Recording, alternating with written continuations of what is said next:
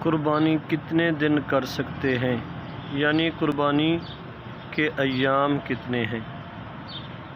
تو قربانی 3 دن کی جا سکتی ہے، 10 ذی الحجہ، 11 اور 12۔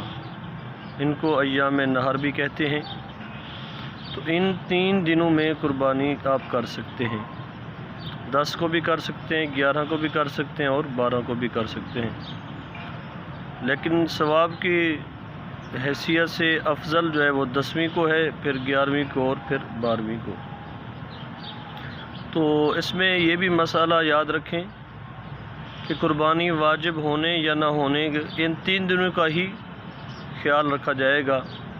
یعنی اگر کوئی شخص پہلے مالدار تھا لیکن ان 3 دن 10، 11 اور 12 یہ جب دن آئے تو کسی وجہ سے اس کے پاس مال نہیں رہا، کہ صاحب نصاب اب نہیں رہا، تو اب اس پر قربانی واجب نہیں ہوگی۔ یعنی پہلے پورا سال اس کے پاس مال تھا لیکن ان 3 دن قربانی کے جو ہیں ان دنوں میں اس کے پاس مال نہیں رہا، تو اب اس پر قربانی واجب نہیں ہوگی۔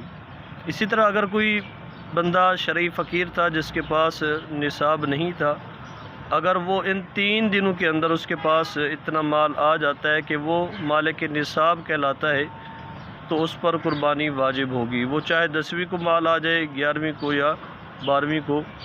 لہذا ان 3 دنوں کو اندر دیکھا جائے گا کہ قربانی کی شرائط اگر کسی شخص کے اندر پائی جا رہی ہیں تو اس پر قربانی واجب ہوگی۔